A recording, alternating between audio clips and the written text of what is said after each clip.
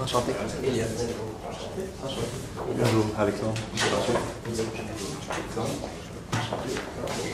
Alexandre, enchanté. Bonjour, donc je m'appelle les règlements, présentation des cas. Disposé de 20 minutes pour présenter le cas à nos juges. J'afficherai les cartons comme celui-ci pour la 10, 5 et 2e dernière minute, ainsi que les 30 dernières secondes. Les 10 dernières secondes, je le fais avec mes doigts, tout simplement. Si vous n'avez pas terminé votre présentation après 20 minutes, je vais devoir vous couper pour laisser la période des questions. La période est de 5 minutes. Vous ne pouvez pas dévoiler de quelle université vous venez ou de quel point de province. Je vais laisser les juges se nommer pour commencer la présentation. Merci. Alors, bonjour, Jean Cornet, professionnel en entrepreneuriat. Jean-Roland Rochecousse, directeur général, bâtiment, division d'approbation. Martin Verret, directeur de profit MTO Rive-Sud de Montréal.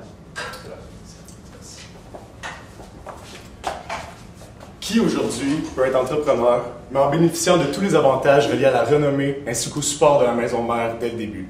Il s'agit là d'une chance inouïe qu'offre MCO aux différents directeurs de centres de profit, dont M. Lemieux, qui a décidé de saisir cette opportunité il y a maintenant quelques années.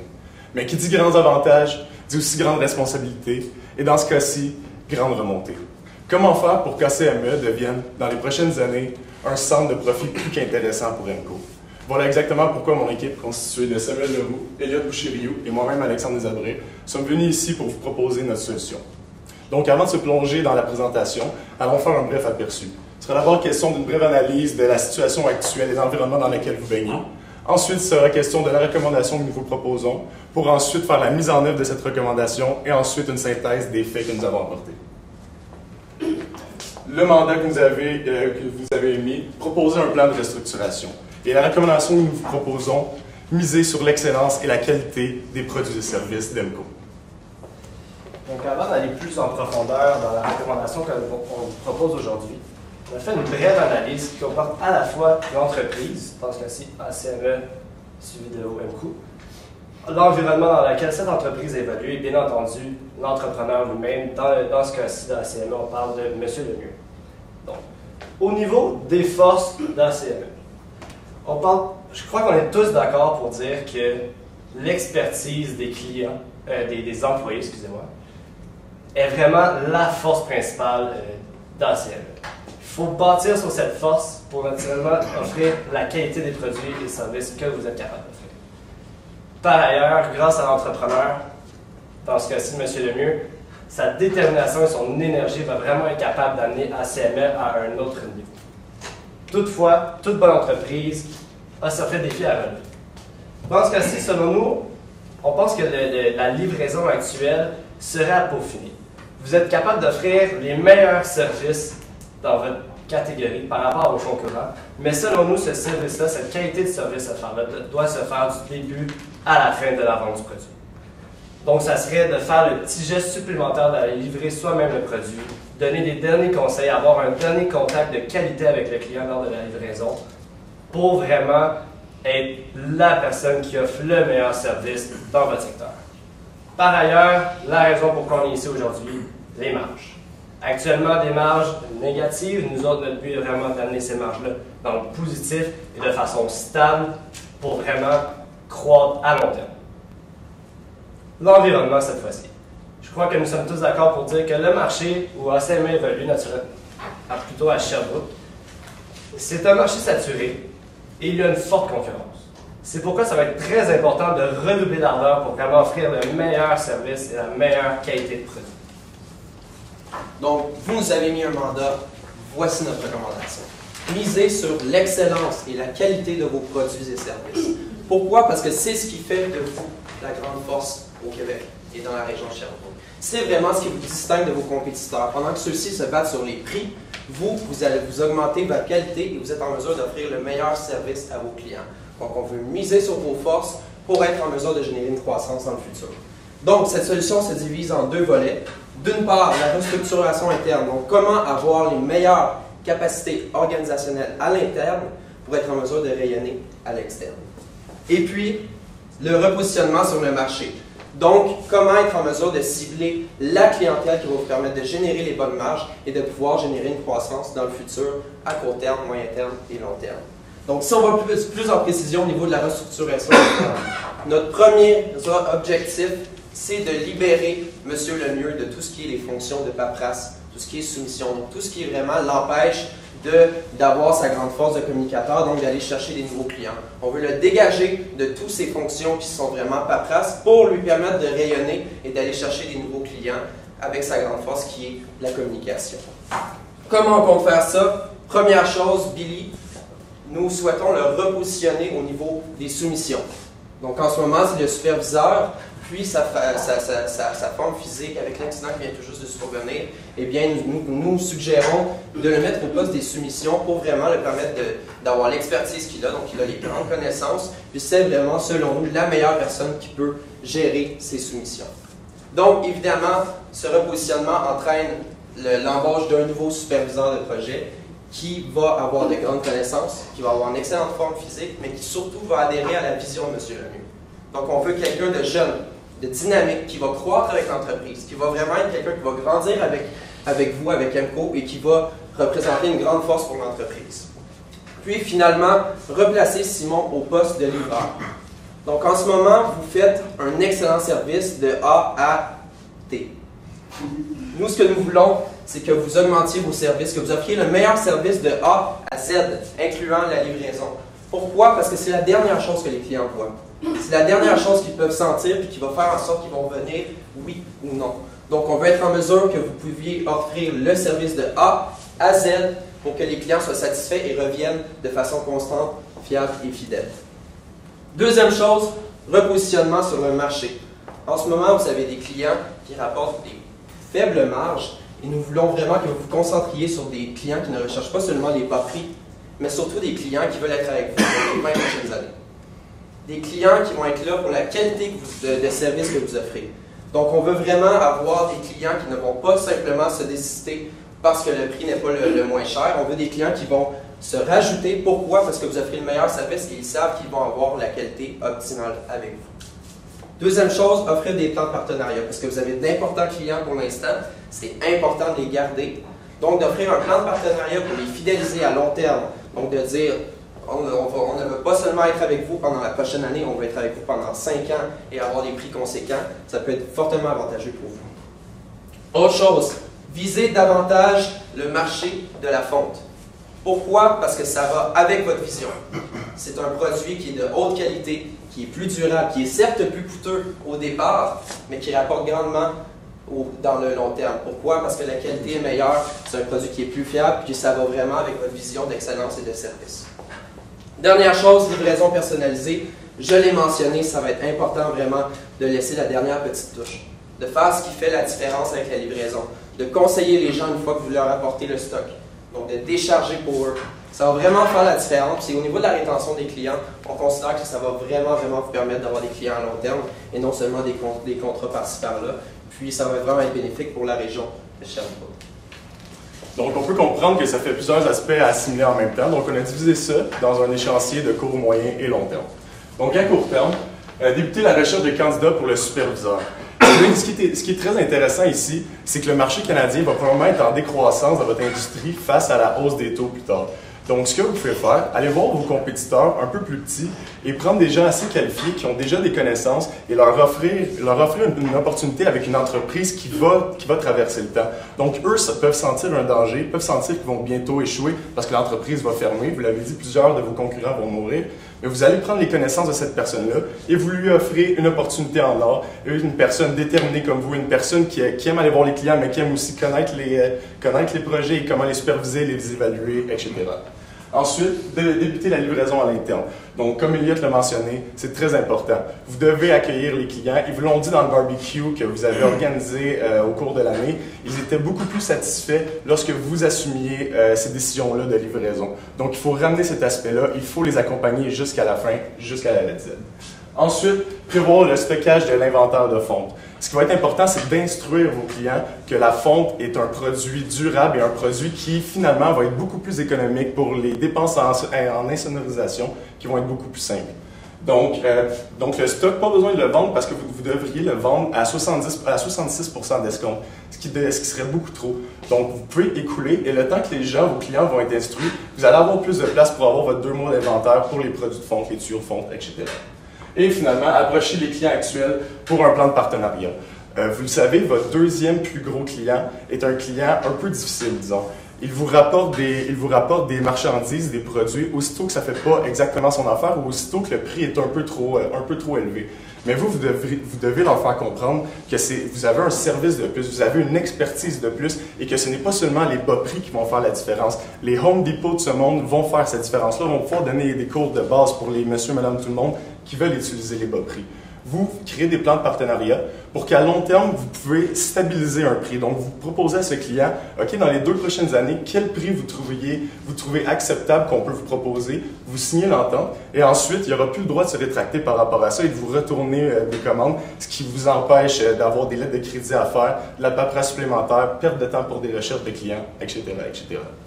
Maintenant, à moyen terme. Donc, l'embauche du nouveau superviseur des opérations. C'est à moyen terme parce qu'on veut que vous preniez vraiment votre temps avec ça. Allez les magasiner, ces gens-là. Allez leur parler. Allez voir comment vous pouvez vraiment les accompagner et les incorporer dans votre entreprise. Ensuite, instruire la clientèle à propos des produits de la fonte. Donc, ce qu'on pense, c'est que ça va être très important de refaire des événements comme le barbecue de façon annuelle ou de façon semestrielle pour être sûr que les clients soient au courant des nouveaux produits, soient au courant de vos innovations et soient au courant de, par exemple, des nouvelles salles de montre ou des nouveaux services offerts à domicile, etc., etc. Et la recherche de nouveaux clients de haute qualité. Vous avez beaucoup de clients qui vous procurent des marges assez faibles. Vous l'avez dit, vous pouvez aller en chercher qui, à long terme, vont être beaucoup plus profitables. Donc, si on pense à l'Université de Sherbrooke, qui est extrêmement intéressante, le CHUS, donc l'hôpital qui pourrait avoir réellement besoin de matériaux pendant les 20-30 prochaines années. Donc, ce serait des clients assez intéressants. Et comme j'ai mentionné, organiser des barbecues ou des événements, peu importe, comme vous le sentez, tout dépendant de l'argent que vous pouvez investir dans ces événements-là. Donc, vous décidez de la grosseur de ça, invitez vos clients, vous leur parlez, vous leur dites que la livraison est maintenant réofferte par votre entreprise. Et maintenant, à long terme, c'est une vision long terme. Donc, ça va être les conséquences ou les bénéfices de l'implantation de cette solution-là. Donc, l'excellence du service de A à Z. Donc, les clients vont être plus satisfaits, vont revenir. Si la dernière chose qu'ils voient de vous, c'est un service de qualité à domicile, la première chose à laquelle ils vont penser quand ils vont repenser à un client, ça va être exactement ça. Et donc, c'est pourquoi ils vont vous choisir. Ensuite, leader du marché pour la vente des produits de fonte. Les autres concurrents n'ont pas cette capacité de stocker les produits de fonte. Vous l'avez si vous réduisez vos stockages de PVC et de ABS. Donc, progressivement, vous pouvez en stocker plus, en vendre beaucoup plus et devenir les leaders réellement. Ensuite, les capacités organisationnelles efficaces. En faisant le remaniement de vos employés, de votre personnel, vous allez vraiment pouvoir miser sur leurs forces. Billy, en ce moment, ne va pas revenir à un poste qui l'avantage vraiment. Il va revenir à un poste qui demande des bonnes capacités physiques, mais il ne les a plus à cause de son accident d'auto. Simon, qui a déjà des licences pour conduire des gros camions, qui peut assurer la livraison, mais qui ne le fait pas encore. Donc, en misant sur les forces de chaque employé, il n'y a aucune perte de talent. Et c'est comme ça que je crois que vous allez pouvoir maximiser vos marges, que ce soit par les frais d'exploitation, par les coûts des marchandises vendues, donc par une meilleure gestion du stockage, etc. Et des clients fidèles et fiables. Donc, avec les partenariats, c'est évident que vous allez pouvoir barrer des clients pendant certaines années. Quand je dis barrer, je veux dire s'assurer que, c'est pas les barrer, mais s'assurer qu'ils vont rester avec vous et qu'ils vont faire affaire avec vous. Et en ne misant plus seulement sur le prix, comme votre deuxième plus gros client l'effectue en ce moment, ils vont vraiment pouvoir percevoir la qualité de vos produits, percevoir la qualité de vos services. Donc, combien la solution qu'on vous propose aujourd'hui coûte réellement? La façon qu'on a établi les prévisions budgétaires, on a fait donc, les prévisions par rapport aux revenus du marché selon les différents secteurs. Ensuite, on a établi les parts de marché que l'on désire de ACME, donc pour ensuite évaluer les revenus de cette entreprise-là, pour finalement soustraire les coûts, donc autant les coûts fixes que les coûts variables, qu'on a projeté encore une fois sur 5 ans, pour voir quelles sont les marges qu'on va avoir à chaque année pour les 5 prochaines années. Comme vous avez compris, j'imagine, notre solution ne coûte vraiment pas cher. On voulait vraiment vous offrir une solution qui répondait au mandat que vous nous avez émis mais sans devoir investir des millions de dollars en publicité, des millions de dollars en restructuration, etc. On a vraiment pris l'essentiel pour amener notre solution et voici le résultat budgétaire. Donc, pour les prochaines années, au niveau de la plomberie, dû à la baisse des taux, on sait que depuis 2006, il y a une croissance d'approximativement 50%, voire un petit peu plus. Donc, on a mis une croissance de 40% pour être conservateur dans notre budget pour les 5 prochaines années. Au niveau de la CODIC et des CVC, on parle d'une croissance qu'on a mis neutre par rapport à la croissance du marché, donc de 5,5%. Pourquoi? Oui, il y a eu une décroissance au niveau de l'année passée, excusez-moi, mais on ne pense pas que la décroissance va être constante. Le marché n'est pas en récession, le marché est en croissance. Donc, une croissance neutre pour assurer les revenus de ces deux secteurs-là. Et au niveau d'industriel, on a été encore une fois conservateur avec une croissance de 20%, alors qu'en dernières années, on parlait de 27, 28, 29% approximativement. Donc, on est sûr d'avoir un budget conservateur. Donc, on voit que le revenu du marché croît là, au niveau des 5 prochaines années par rapport à 2013 qui se situait à approximativement 29 millions. Au niveau des parts de marché, selon nos hypothèses, notre cible, après 5 ans, on voulait que ACME ait des parts de marché de 30%. Donc, en 2018, on veut vraiment que l'entreprise qui croît à un niveau incroyable, on parle d'une croissance de 57% au niveau des parts de marché de 2012 à 2013. Donc, selon nous, c'est une très belle cible et facile à atteindre pour vous. Donc, on a une croissance constante d'environ 3% par année pour atteindre la cible de 30% en 2018. Ce qui fait des revenus pour ACME d'approximativement 39 millions en 2018. Au niveau des coûts, excusez-moi, juste revenir, on a également inclus la vente des stocks périmés en 2014. La charge était déjà inclue au niveau des coûts en 2013, mais on va vendre à 33% le 115 000 $ des stocks périmés. Au niveau des coûts, on a divisé les coûts, au niveau des coûts fixes et des coûts variables. Au niveau des coûts fixes, on a fait croître les coûts, encore une fois, au niveau de la croissance nette du marché de 5,5%. Ce qui nous amène à des coûts approximatifs en 2018 fixes d'environ, excusez-moi, 10 millions. Au niveau des coûts variables, on a pris le ratio qu'il y avait présentement des coûts variables par rapport aux revenus de l'entreprise ACME. Donc, pour être conservateur, on va garder ce ratio-là constant, sachant que vous avez des coûts relativement élevés actuellement. Donc, c'est encore une fois un budget conservateur, mais on a toutefois fait varier ce ratio-là jusqu'à 70%, qui est la cible de marge qu'on va aller chercher au niveau des coûts variables. Donc, on a fait une décroissance constante d'environ 2,5% par année. On a également additionné les salaires supplémentaires. Donc, on parle de l'embauche du nouveau directeur des opérations. On parle également des embauches pour assurer la livraison, assurer une bonne qualité de livraison, dont Simon, votre employé actuel. Toutefois, en faisant cette embauche-là de livreur pour vos produits, on soustrait la charge actuelle de livraison que vous faites affaire avec deux compagnies. Cette charge-là est plus chère que votre nouvelle charge de livraison que vous allez avoir, et en plus, vous allez offrir un meilleur service de livraison. Donc, doublement gagnant à ce niveau-là, pour des coûts totaux en 2018 d'approximativement 28 millions. Quel est le bénéfice au bout de la ligne? Donc, les revenus, on les voit croître, ainsi que les coûts. Donc, on a le total des revenus de 2014 à 2018, donc de 700 000, 1,7, 3,5, etc. Et on voit également la marge bénéficiaire qu'on va avoir au bout de la ligne. On a un budget conservateur ici qu'on vous présente et on a des marges positives. Nous croyons vraiment que ACME peut devenir une excellente entreprise dans ce milieu-là et très stable financièrement. Cependant, bien entendu, il y a des risques associés à cette solution. On parle de prix élevé. On parle de perte de clients face à prix élevé et également une faible demande. On parle ici des tuyaux de fonte.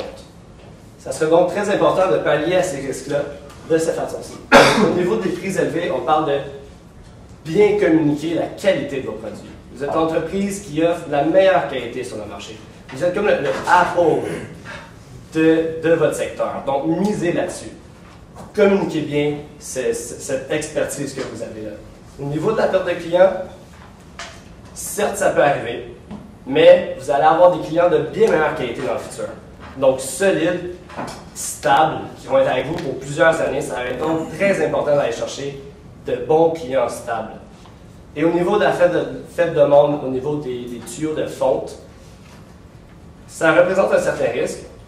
Par contre, vous faites déjà actuellement d'excellentes ventes au niveau du PVC, ABS et autres produits.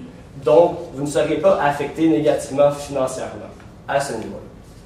Donc, nous vous avons fourni un échéancier à court terme, moyen terme, long terme. Mais qu'est-ce que vous devriez faire demain matin pour implanter notre nouvelle solution? Première chose à faire, débuter la recherche de candidats. On sait que ça vous prend un excellent candidat pour pouvoir le poste de superviseur. Deuxième chose, prévoir le changement au niveau du service de livraison. Donc, prévoir une discussion avec Simon et également avec vos fournisseurs externes. Et finalement, annoncer à Billy son nouveau poste qui va vraiment être bénéfique pour lui et pour votre entreprise. Donc, si on passe à la synthèse, vous avez mis votre slogan qui est « Do the right thing ». Nous sommes certains qu'avec notre solution, vous serez en mesure de faire la bonne affaire. Nous vous remercions énormément d'avoir fait confiance en nos services et nous sommes maintenant prêts à passer à l'heure des questions. Merci beaucoup.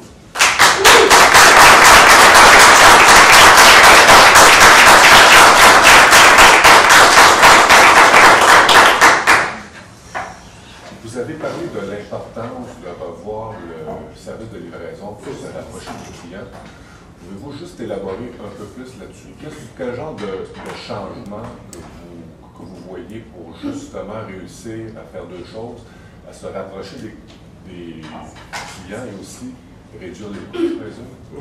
En fait, ce qui est important, ça va être d'avoir au moins deux livreurs qui sont prêts à assumer cette responsabilité-là pour réduire les coûts qui étaient d'environ 213 000, je crois, l'an passé avec des firmes externes. Ce que les firmes externes ne faisaient pas, c'est le déchargement des produits et ensuite faire les explications, donner des conseils aux clients. Ce que vos livreurs faisaient en 2009 avant que Billy fasse la nouvelle transformation. Donc, ça va vraiment être d'accompagner le client, lui donner vraiment des bons services, des bons conseils, faire le déchargement, parce que les gens n'ont pas nécessairement envie de toujours prendre les choses, les amener eux-mêmes. Ils ne connaissent pas ça, ils n'ont pas envie de se plonger là-dedans. Donc, ça va vraiment être de les accompagner jusqu'à la fin et de pouvoir même répondre à leurs questions par leur expertise. Est-ce que votre scénario prévoit l'achat de camions, la location de camions, ou comment vous voyez ça? Le scénario comprend l'achat d'un camion pour pouvoir, bien entendu, faire la livraison. On ne sait pas encore ça va être quoi exactement la demande pour la livraison à tous les jours. Donc, ça va être important de commencer par un, peut-être faire la location d'un autre, et si on voit que c'est nécessaire, ensuite procéder à l'achat d'un deuxième camion. Continuer dans la même dynamique, parce que c'était un point important, le service de livraison chez ce centre de profit-là. Là, vous parlez d'engager deux chauffeurs, deux camionneurs pour offrir le service. Est-ce que vous avez fait l'analyse aussi de l'impact sur le capital humain dans le centre de profit dans lequel on ajoute deux camionneurs plus l'embauche d'un directeur des opérations? Est-ce que Pour l'instant, le premier camionneur va être Simon. Donc, au niveau du capital humain, ça va être de prendre l'expertise qu'on a déjà avec l'employé, de l'utiliser à bon escient. Ça va vraiment permettre aussi d'avoir quelqu'un qui connaît déjà la business. Puis par la suite, si on voit la nécessité d'engager un deuxième chauffeur, camionneur, et bien là, on verra de vraiment choisir quelqu'un qui cadre avec la vision, avec vraiment l'excellence du service. Donc, quelqu'un qui sait bien se présenter, qui connaît le produit, qui va vraiment être en mesure de satisfaire le client du déchargement jusqu'aux questions et conseils. Donc, c'est vraiment une embauche qui est très importante pour nous et pour vous. Par rapport à l'embauche du directeur des opérations, le superviseur, on va chercher où chez nos concurrents? Idéalement, oui, c'est exactement ce qu'on avait pensé. Il y a plusieurs de vos concurrents qui vont probablement s'éteindre dans les prochaines années dû à la conjoncture qui va être assez difficile dans votre industrie. Donc, après ça, c'est assez facile d'aller, comme n'importe quel chasseur de tête frais dans une entreprise, aller prendre des entreprises en difficulté, prendre les talents clés de cette entreprise-là et leur dire « Aimerais-tu ça avoir une belle opportunité de futur, grandir avec une entreprise qui est en restructuration et qui va avoir des profits assez intéressants dans le futur? » Et habituellement, quand on offre des possibilités comme ça à quelqu'un qui offre dans une entreprise qui va probablement mourir, on peut aller chercher les meilleurs clients, les meilleurs talents. Pas les meilleurs clients, pardon, les meilleurs talents. On a regardé dans le cas qu'il y avait une salle de montre. J'ai entendu peut-être vaguement un petit peu l'utilisation de salle de montre. Comment vous percevez l'utilisation de cet outil de travail-là dans votre plan de développement? Selon nous, la salle de montre, c'est un bel atout pour l'entreprise, mais comme vous l'avez mentionné vous-même dans le cas, c'est pas nécessairement une salle que le monde de tous les jours vont aller voir. C'est plutôt les entrepreneurs, les compagnies qui vont aller voir votre salle de montre. Donc, vous avez investi beaucoup dedans, c'est excellent. Cependant, on juge que vous devriez peut-être mieux communiquer le fait que la salle de montre, elle est disponible pour vous, moi, pour vraiment tout le monde, et pas juste les entrepreneurs. On ne juge pas qu'il faudrait investir à l'avenir davantage, du moins pour l'instant, dans cette salle de montre-là, puisque actuellement, elle ne vous parvient pas assez à donner beaucoup d'entrepreneurs, de nouveaux entrepreneurs, mais de la garder actuellement comme elle est, de mieux communiquer son utilité, je pense que à cette fin, vous pouvez bénéficier davantage de ça. Par rapport au plan de partenariat que vous aimeriez que nous offrons offrir à nos clients, on a un client un petit peu problématique qui est TNO. Qu'est-ce qu'on devrait faire avec ce client-là? Ben, ce client-là vous coûte beaucoup d'argent par les problèmes qu'il vous cause en faisant des retours de crédit, en vous remportant des fournitures, etc., etc. Donc, c'est important. Les clients qui vous coûtent de l'argent, finalement, qui vous coûtent du temps aussi, qui vous empêchent d'aller chercher des nouveaux clients plus profitables, il faut soit régler le problème, soit les abandonner à un niveau ou à un autre. Mais pour nous, on ne voulait pas tout de suite jeter la serviette parce que c'est quand même votre deuxième plus gros client, ce qui est très important sur votre chiffre d'affaires. Donc, avec lui, ça serait de négocier des termes de service, des termes de prix qui vont être établis pour, disons, un horizon de 2-3 ans.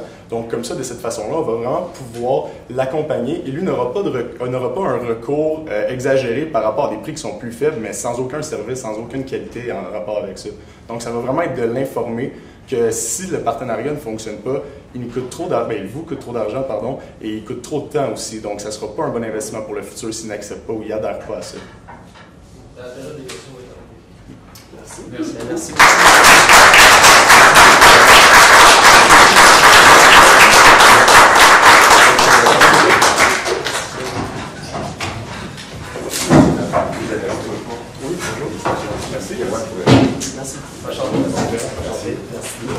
Vous remettre chacun une carte d'affaires. Vous avez été excellent. Merci beaucoup. Merci. Passez une belle journée.